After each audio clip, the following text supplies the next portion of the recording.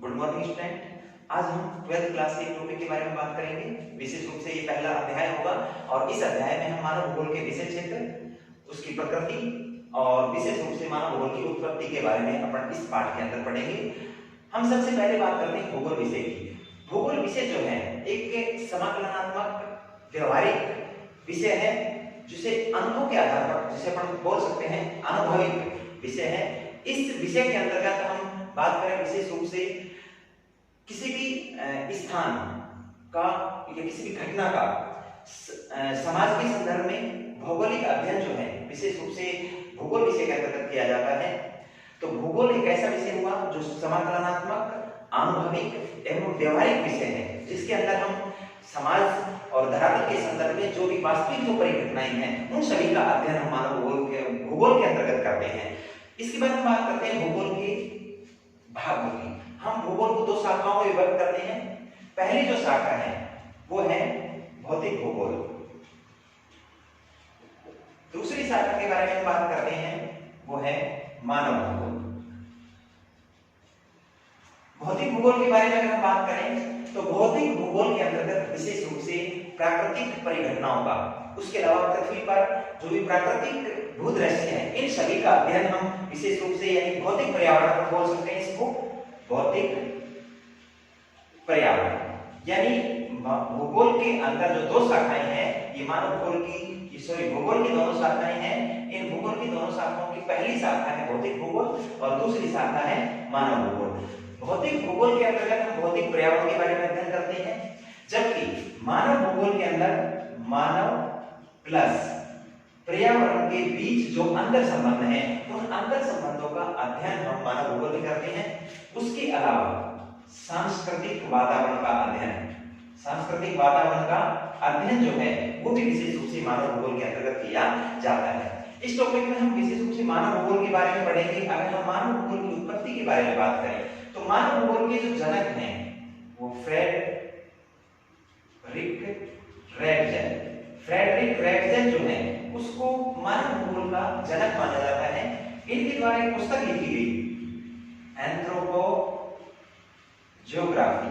इस एंथ्रोपोजियोग्राफी के अध्याय नंबर 3 के भाग नंबर 4 के अंदर सबसे पहले मानव भूगोल शब्द के बारे में जिक्र किया गया। मानव भूगोल को पहली बार एंथ्रोपोजियोग्राफी के माध्यम से ही परिभाषित किया गया।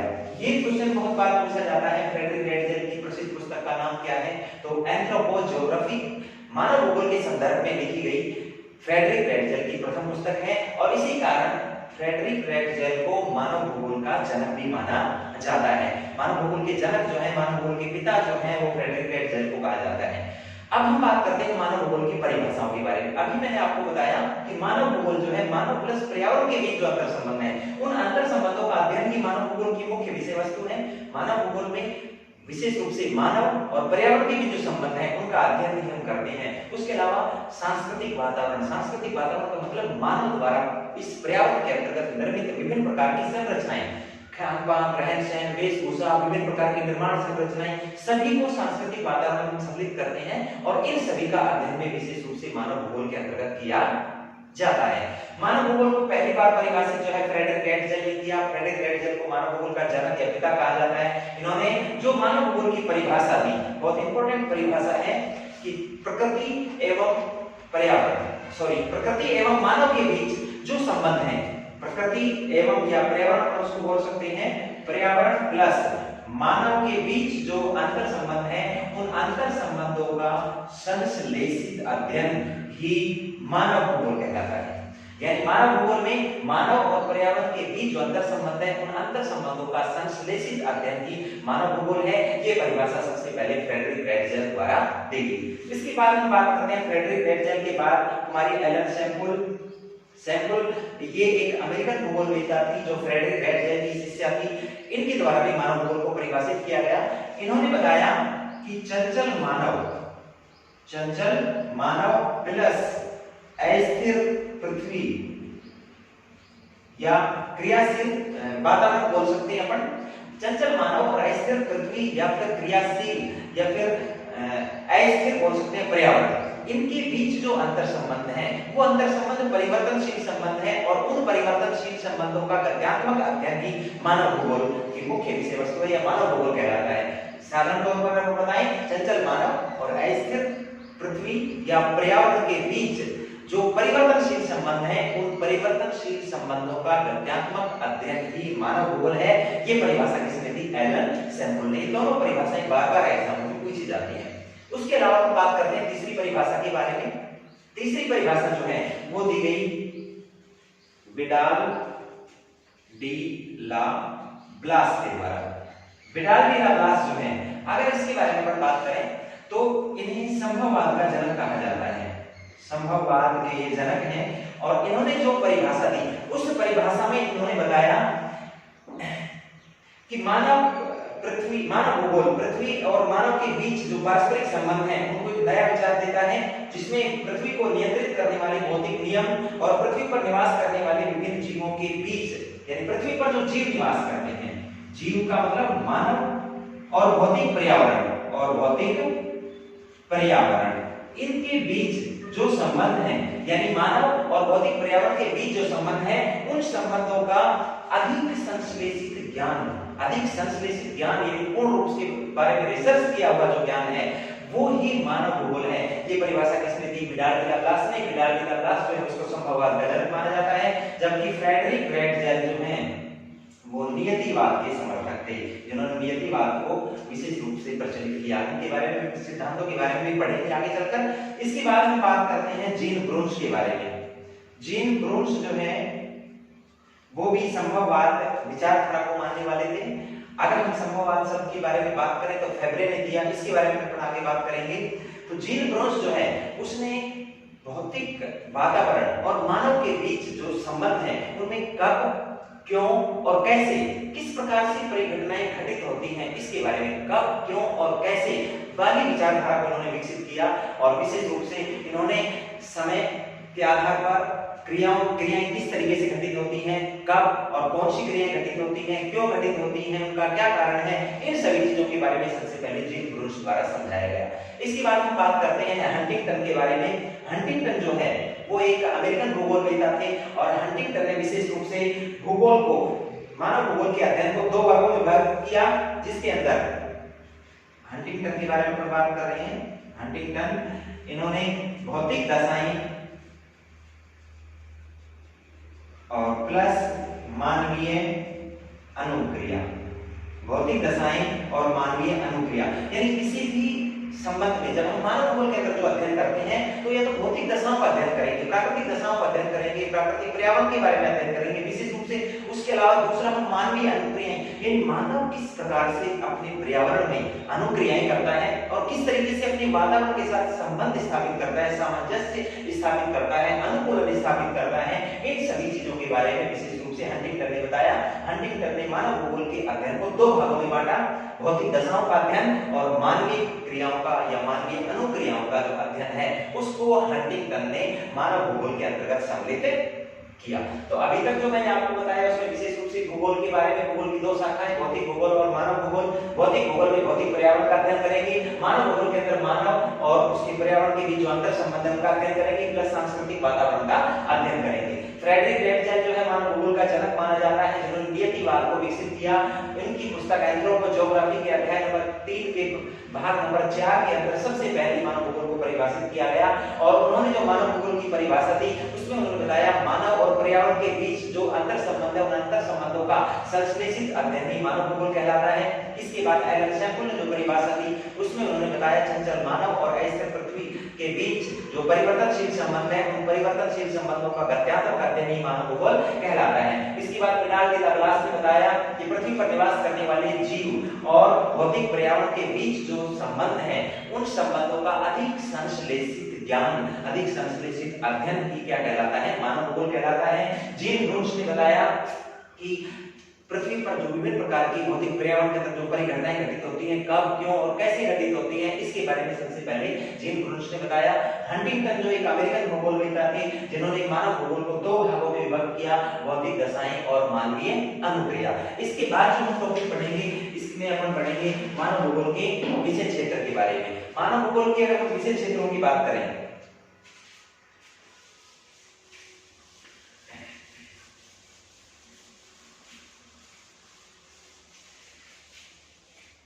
मानव भूगोल के विषय क्षेत्र।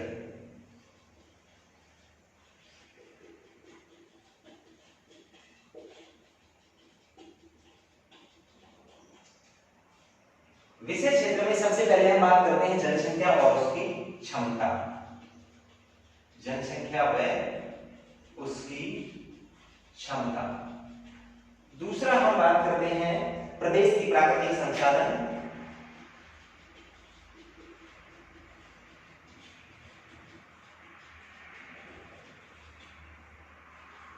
तीसरा हम देखते हैं इसमें सांस्कृतिक वातावरण।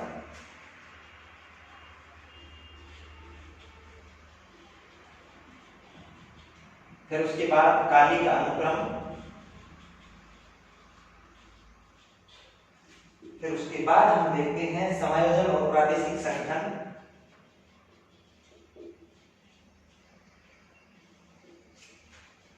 समायोजन व प्रादेशिक संगठन। और फिर उसके बाद हम बात करते हैं दूसरे प्रदेशों से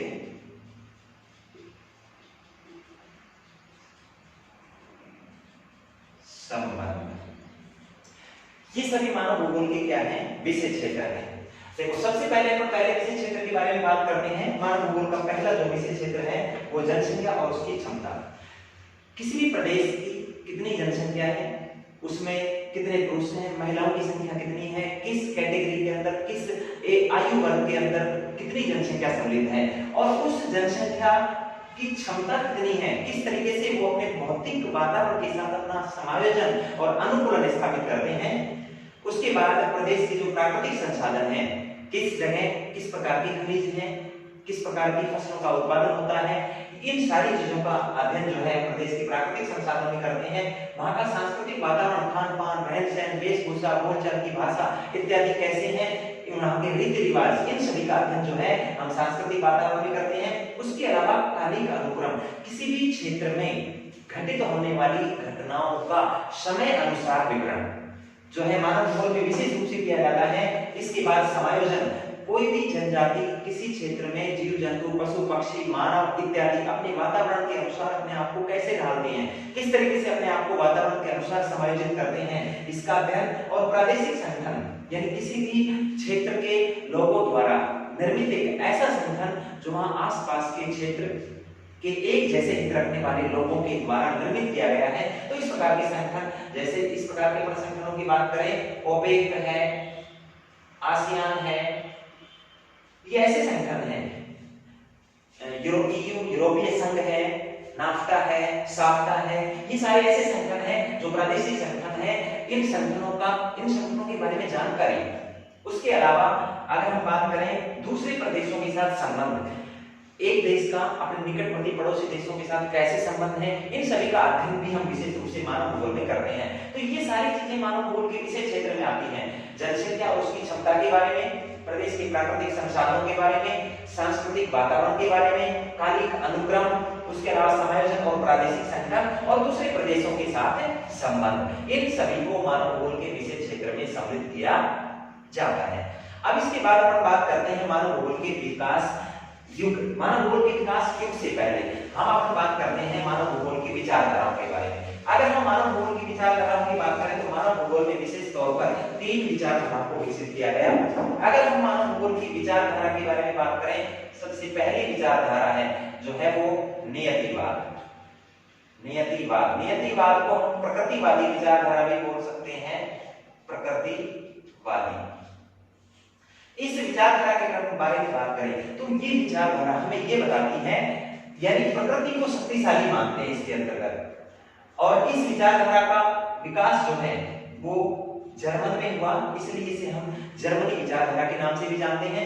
इस विचारधारा को मानने वाले के बारे में अगर हम बात करें, फ्रेडरिक रेटजेल, मारी एलन सैम्पुल, हंटिंगटन, कार्ल सामर, डिमाजिया, ये ऐसे भूगोलवेत्ता हैं जिन्होंने विशेष रूप से प्रकृतिवादी या नियतिवादी विचारधारा का समर्थन किया। नियतिवादी विचारधारा के अनुसार प्रकृति को सर्वेसर्वा और शक्तिशाली माना जाता है। मानवीय क्रियाएं प्राकृतिक क्रियाओं के सामने नगण्य है, ऐसा इस विचारधारा को मानने वाले लोगों द्वारा बताया जाता है। इस विचारधारा को जर्मन विचारधारा कहते हैं। जर्मनी में इस विचारधारा का विशेष तौर पर विकास हुआ। मानवीय क्रियाओं की तुलना में प्राकृतिक क्रियाओं को, प्रकृति की शक्तियों को अधिक शक्तिशाली माना जाता है। दूसरी विचारधारा के बारे में बात करें, संभववाद। संभववाद जो विचारधारा है उसको विडाल डी लाप्लास ने विकसित किया। जीन ब्रून्स, विडाल डी लाप्लास, फेब्रे इस विचारधारा के प्रमुख समर्थक भूगोलवेत्ता हैं। अगर हम संभववाद शब्द की बात करें तो ये संभववाद शब्द जो है वो फेब्रे ने दिया। विचारधारा को विकसित जो है विडाल डी लाप्लास ने इस विचारधारा को विकसित किया। जीन ब्रून्स इसी विचारधारा के समर्थक थे। ये विचारधारा क्या कहती है? इस विचारधारा के अनुसार मानवीय क्रियाएं प्राकृतिक शक्तियों के तुलना में अधिक मजबूत है, अधिक ताकतवर है। मानव चाहे तो प्रकृति की बाधाओं को पार करके मानव अपने विकास और रचनात्मक जो कार्य है मानव द्वारा किए जाते हैं। इस विचारधारा के अनुसार मानवीय क्रियाएं प्राकृतिक शक्तियों या प्राकृतिक क्रियाओं की तुलना में अधिक शक्तिशाली हैं। इस विचारधारा का विकास जो है वो फ्रांस में हुआ, इसलिए इस विचारधारा को हम फ्रांसीसी विचारधारा के नाम से भी जानते हैं। तीसरी विचारधारा जो है, इन दोनों विचारधाराओं में गतिरोध उत्पन्न हुआ। विशेष रूप से अगर हम मानव भूगोल की बात करें तो 18वीं शताब्दी में मानव भूगोल जो है, शताब्दी के अंदर मानव भूगोल का विकास हुआ और ये विचारधाराएं सबसे पहले नियतिवाद विचारधारा विकसित हुई। उसके बाद 19वीं शताब्दी के अंदर संभववाद विकसित हुआ। उसके बाद अगली समय के अंदर तीसरी विचारधारा जो विकसित हुई वो नियतिवाद और संभववाद में गतिरोध उत्पन्न होने के कारण हुई और इस विचारधारा को हम नव नियतिवाद या नव निश्चयवाद, प्रकृतिवादी विचारधारा को हम निश्चयवादी विचारधारा भी बोलते हैं। तो नव नियतिवाद या नव निश्चयवाद, अगर इस विचारधारा के बारे में हम बात करें तो इस विचारधारा को ग्रिफिथ टेलर ने विकसित किया। इस विचारधारा क्या है? इस विचारधारा का विकास जो है दोनों विचारधाराओं के विरोध उत्पन्न होने के कारण हुआ। इस विचारधारा में क्या बताया गया कि ना तो प्रकृति अधिक शक्तिशाली है, ना ही मानवीय क्रियाएं अधिक शक्तिशाली है, बल्कि दोनों के बीच तालमेल और सामंजस्य जो है वो मानव विकास के लिए सबसे सरल और सबसे अच्छा उपाय बताया। इस विचारधारा ने बताया कि ना तो प्रकृति मानव की दास है और ना ही मानव प्रकृति का गुलाम है। अगर दोनों एक दूसरे के तालमेल और सामंजस्य के साथ अगर कार्य करते हैं तो दोनों का उसमें हित है। इन्होंने ग्रिफिथ टेलर ने इस विचारधारा को समझाने के लिए यातायात नियंत्रक का इस्तेमाल किया। उन्होंने बताया कि जिस तरीके से अगर किसी पेपर चौराहे पर जाते हैं तो वहां जो सिग्नल होते हैं उसमें रेड सिग्नल जो है उसका अर्थ होता है रुकना, ग्रीन सिग्नल का अर्थ होता है चलना, येलो सिग्नल का अर्थ होता है तैयार रहो। इस विचारधारा में उन्होंने बताया कि प्रकृति समय अनुसार मानव को अवसर उपलब्ध कराती है। जिस समय प्रकृति मानव को ये कहे कि विकास की रफ्तार को आपको आगे बढ़ाना है यानी ग्रीन सिग्नल, तो हमें विकास के कार्यों को अंजाम देना चाहिए। जिस समय प्रकृति हमें रुकने के लिए कहे यानी रेड सिग्नल हो तो हमें अपने विकास कार्यों पर पूर्ण रूप से नियंत्रण स्थापित कर देना चाहिए। जिस समय प्रकृति येलो सिग्नल दे इसका मतलब हम विकास के कार्यों पर आगे बढ़ने के लिए तैयार हो जाएं। इस तरीके से ग्रिफिथ टेलर ने इस विचारधारा को यातायात नियंत्रक के रूप में भांति में समझाने का प्रयास किया और दोनों विचारधाराओं के बीच बढ़ रहे गतिरोध को कम करने का प्रयास किया। तो ये तीनों विचारधाराएं विशेष रूप से मानव भूगोल के अंतर्गत विकसित हुई। इसके बाद नेक्स्ट टॉपिक जो हम पढ़े हम मानव भूगोल के विकास की बात करें। हमने मानव भूगोल के विशेष क्षेत्र में पढ़ा था कि इसमें कालिक अनुक्रम यानी समय के अनुसार विभिन्न प्रकार की घटनाओं का अध्ययन जो है वो मानव भूगोल के अंतर्गत किया जाता है। तो सबसे पहले हम बात करते हैं मानव भूगोल के विशेष क्षेत्र में विकास युग में सबसे पहले काल के बारे में, प्राचीन काल के बारे में। अगर हम प्राचीन काल के बारे में बात करें तो प्राचीन काल में मानव का जो ज्ञान है बहुत सीमित था। उस समय मानव द्वारा विभिन्न प्रकार की अनुक्रियाएं, विभिन्न प्रकार की खोज, अन्वेषण जैसी प्रक्रियाएं उस समय नहीं थी। उस समय मानव का ज्ञान सीमित होने के कारण मानव की समाजों के बीच जो विभिन्न समाजों के बीच जो अन्योन्य क्रियाएं थी वो भी सीमित मात्रा में थी। तो ऐसे समय में विशेष तौर पर जो कार्य हुए उसके बारे में बात करते हैं। सबसे पहले थेल्स और एनेक्सीमेंडर के बारे में बात करते हैं। थेल्स और एनेक्सीमेंडर जो भूगोलवेत्ता थे उन्होंने विशेष तौर पर जलवायु, वनस्पति और मानव समाजों का वर्णन जो है सबसे पहले जलवायु, वनस्पति के बारे में, मानव समाजों के वर्णन के बारे में हमें थेल्स और एनेक्सीमेंडर ने बताया। इसके बाद इसी काल की बात करें तो अरस्तु ने वातावरण के प्रभाव को मानव प्रजातियों के ऊपर स्पष्ट झलकता हुआ बताया। उन्होंने बताया कि वातावरण ही मानव प्रजातियों को सक्षम, कमजोर या फिर अधिक चिंतनशील बनाता है। उन्होंने बताया कि जो लोग ठंडे प्रदेशों में निवास करते हैं, ठंडे प्रदेशों में निवास करने वाले लोग जो हैं, जैसे यूरोप महाद्वीप के लोगों की बात करें तो वो बहादुर होंगे लेकिन कम चिंतनशील होंगे। उसके अलावा उन्होंने एशिया के क्षेत्रों के बारे में बताया कि एशिया प्रदेशों में निवास करने वाले लोग जो है शारीरिक रूप से कमजोर होंगे लेकिन अधिक चिंतनशील होंगे। यानी वातावरण का जो प्रभाव है मानव जाति पर, मानव संप्रदायों पर स्पष्ट रूप से देखने के लिए मिलता है। ये बात सबसे पहले अरस्तु ने बताई। इसके बाद हम हेरोडोटस के बारे में बात करते हैं। हेरोडोटस ने भूमकड़ जाति और स्थायी जो कृषक जातियां हैं उनके ऊपर उनके वातावरण का क्या प्रभाव पड़ता है, भूमकड़ जातियां अपने वातावरण में किस तरीके से अपना जीवन यापन करती हैं, उसके अलावा स्थायी जो कृषक जाति हैं वो उनको वातावरण जो है कृषि उत्पादन में किस तरीके से प्रभावित करता है, ये चीजें हेरोडोटस ने बताई। स्ट्रैबो ने भू पारिस्थितिकी सिद्धांतों का, भू पारिस्थितिकी स्वरूपों का किस प्रकार से प्रभाव पड़ता है, अर्थात पर्वतीय क्षेत्र, मरुस्थलीय क्षेत्र, मैदानी क्षेत्र किस तरीके से मानव संप्रदाय को प्रभावित करते हैं, इसके बारे में प्राचीन काल में स्ट्रैबो द्वारा बताया गया। तो ये सभी घटनाएं प्राचीन काल में घटित हुई। उसके बाद हम बात करते हैं मानव भूगोल के विकास क्रम के दूसरे अध्याय के बारे में, यानी मध्यकाल के बारे में। मध्यकाल का जो समय है विशेष रूप से इसके अंदर अपन बात करें नौ संचलन तकनीक का विकास हुआ। नौ संचलन तकनीक के विकास, तकनीकी खोज, अन्वेषण, विभिन्न प्रकार की परीक्षण या खोजों के बाद इस युग को हम खोजों का युग कहते हैं। इस युग में विशेष रूप से मानव ने तकनीकी दक्षता हासिल की और उस तकनीकी दक्षता के आधार पर औपनिवेशीकरण, उसके अलावा नए प्रदेशों की खोज करना, उसके अलावा व्यापारिक संबंधों में वृद्धि करना और विश्व के ज्ञान कोश में वृद्धि करने का काल इस काल को माना जाता है। विभिन्न नए नए क्षेत्रों की यात्राएं हुई, नए क्षेत्रों के बारे में पता लगाया, नए क्षेत्रों की खोज होने से औपनिवेशीकरण की प्रक्रिया बढ़ी और व्यापारिक प्रक्रियाएं जो है वो तेजी के साथ आरंभ हुई। तो इस काल में विश्व के ज्ञान कोश में भी वृद्धि हुई। ये काल जो है मध्यकाल माना जाता है। इसके बाद हम बात करते हैं आधुनिक काल की। अगर हम आधुनिक काल की बात करें, हम्बोल्ट, रीटर, फ्रेडरिक रेटजेल, रिक्सहोफन, ये ऐसे भूगोलवेत्ता थे जो आधुनिक काल में मानव भूगोल के विकास में जिनका अविस्मरणीय योगदान रहा।